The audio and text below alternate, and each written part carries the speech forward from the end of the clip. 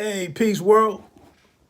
Thanks for pressing play on a really quick and impromptu, pay me no mind sports and entertainment. Just check in. I've been wanting to talk about Russell Westbrook for months. After looking at some of his performances, and now to sit here and watch LeBron and the Lakers scrapping to try to hold on to be able to be in the play-in game at the end of the season, maybe if they can even do that. It's just hilarious to me. But the title of the video, the ugly baby. Here's another situation: boxing and the NBA. When people just break down and tell you something that's really true, we don't see it that often.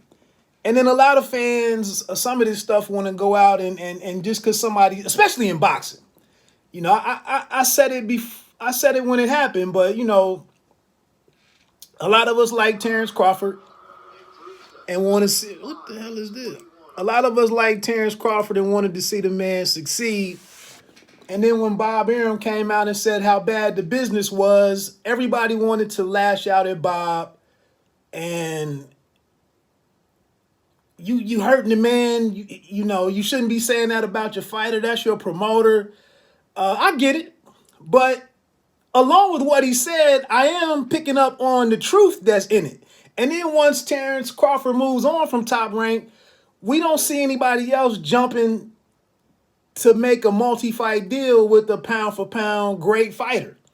So, Bob Arum told you that the baby was ugly. Like, the hell with it. I'm tired of trying to explain this stuff. It is what it is. Was he a little harsh? Did he exaggerate a little bit? Maybe. But I still appreciate the truth in it. But here we got LeBron James, rough season.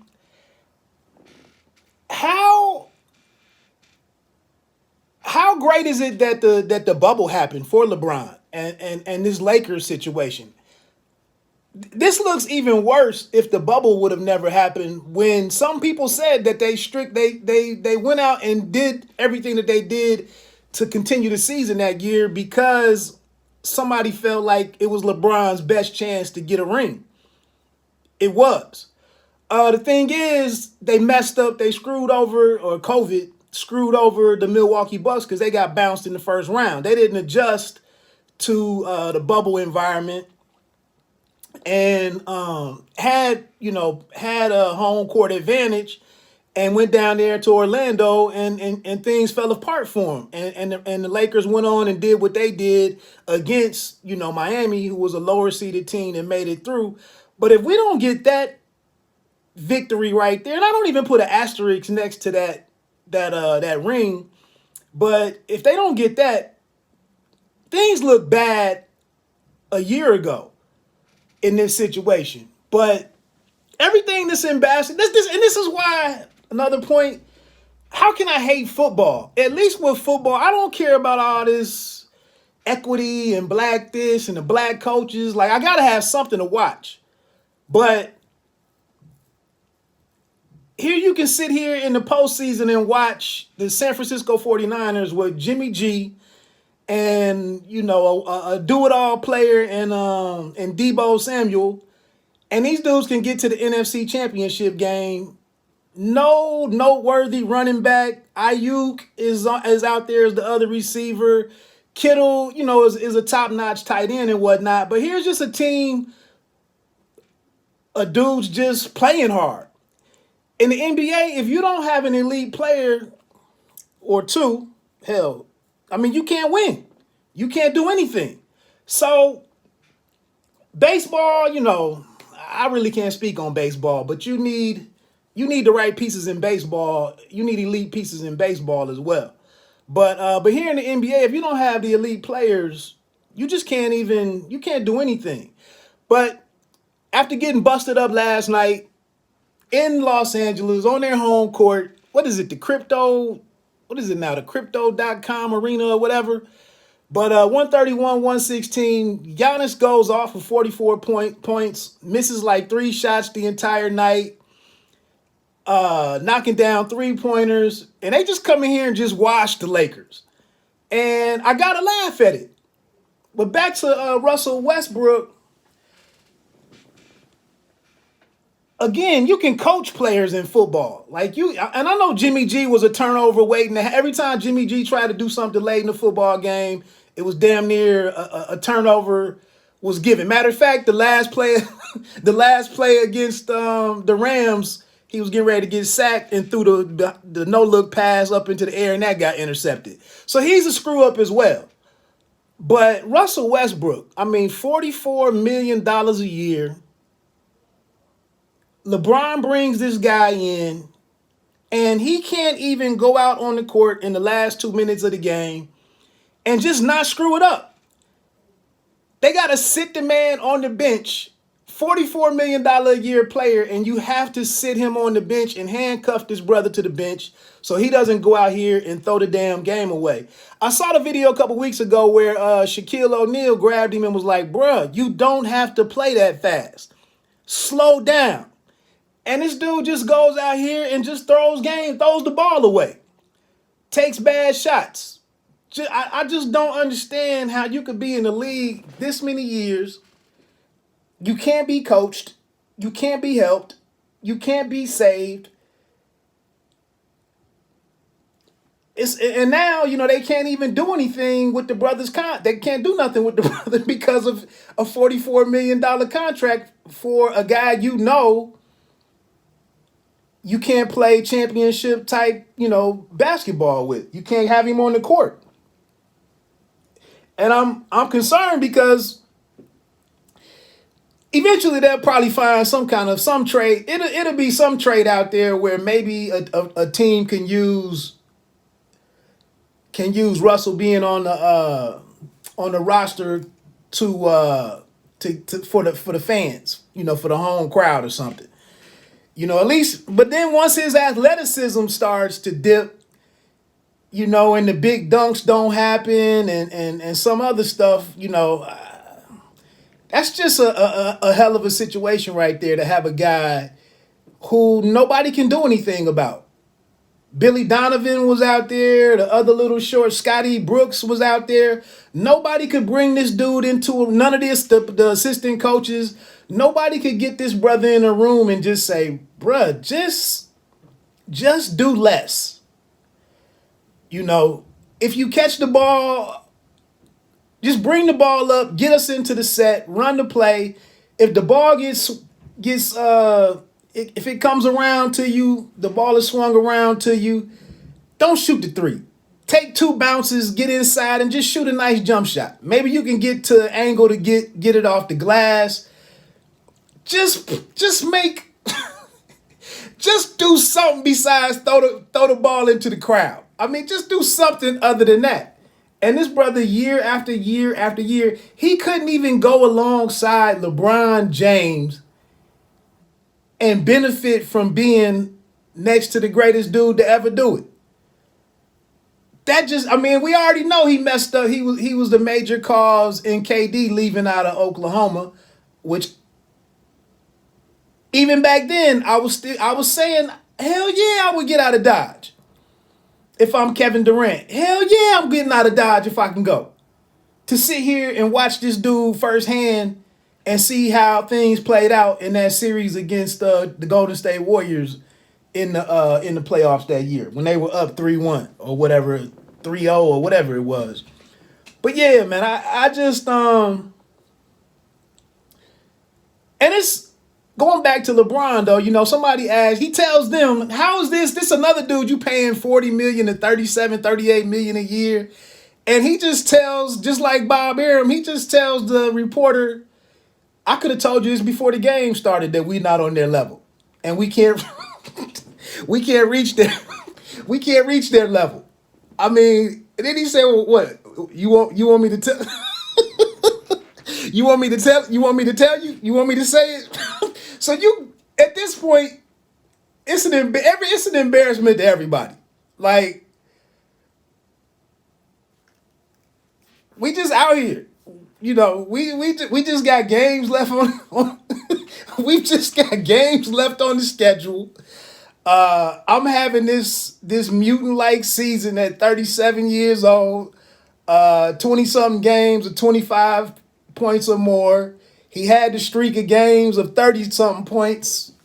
I'm out here doing mutant level stuff, and it's all for naught. Funny thing is, when he was in Cleveland, everybody else used to hit the shower, and LeBron had to go and sit at the table by himself and answer all the questions. Now he has AD out at the table with him, but AD don't say nothing. At least the clip that I saw, AD just sit there. Like, look, LeBron. I mean, some of this stuff in sports is funny, man. Listening to some of these fights, listening to some of the boxers. Last week we got Keith Thurman talking about you gotta pay $75 to watch me fight, coming off a nearly 3-year hiatus. You gotta pay $75 to watch me box because gum don't cost 25 cents anymore. Wow. But before I get off here though, but some more boxing talk though. It was funny coming off of last week with a lot of people telling you stop crying. That's the thing now on social media, because you voice your opinion on something. And no matter what type of supporting evidence you give or what kind of logic you speak with, what kind of facts you present, just because you're not going along with everybody else, you're crying. But to come out and talk about, hey, I'm not paying $75 for this fight. I'm not telling no one else what to do with their money. But to not have any concern, or any value for your own money, the work that whatever you do for your 9 to 5, whatever BS that you put up with, whatever whatever frustration and stress that you accrue trying to do your job. Just like with the Washington Commanders name. Now, are you done crying? Are you done crying? Stop crying. But with the boxing thing, same people that tell you about crying, they watch the fights for free. They don't even pay for the fights. It's the team stream people. Or they have some kind of incentive to watch the fights. Or, they just interview PBC fighters and have access to the PBC fighters. So they tell you, what are you crying about?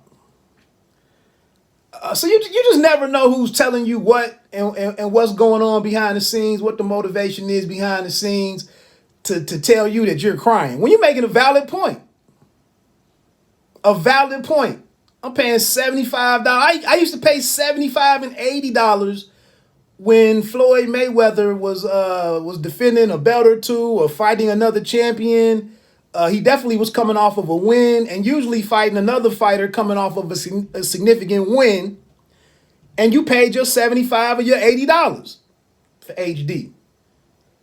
Now, if you like boxing, you just expected to dig in your pocket and give somebody $75. It don't matter who's in the ring.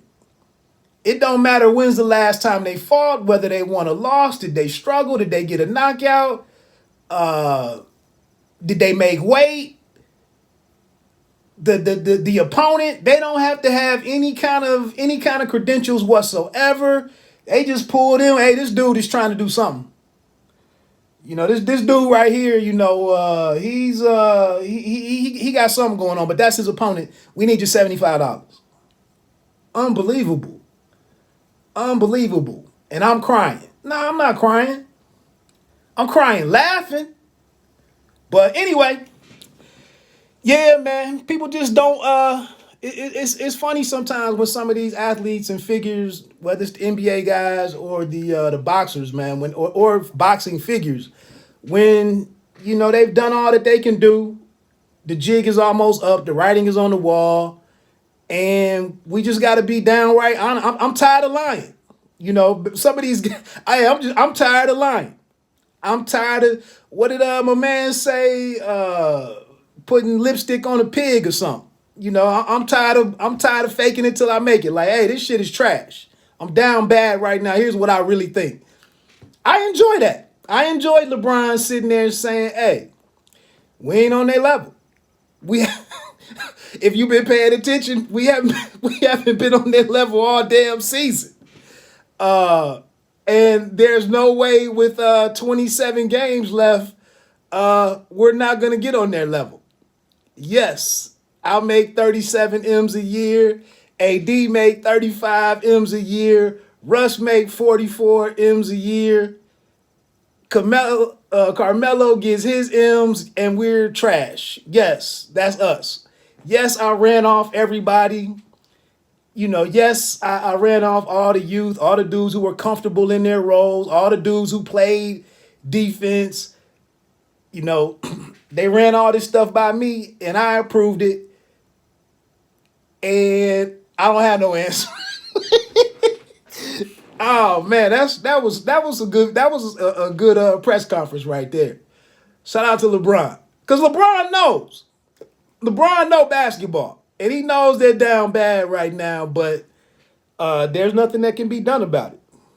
You know, Vogel and Pelinka just sitting here like, hey, we just wait until we lose our parking spot and they take our little badge from us and and they take our names off the door, and kick us out on on the curb. We just here till we ain't here no more. Pay me no mind, sports and entertainment. You don't have to be great to start, but you have to start to be great. Have a phenomenal day. Peace.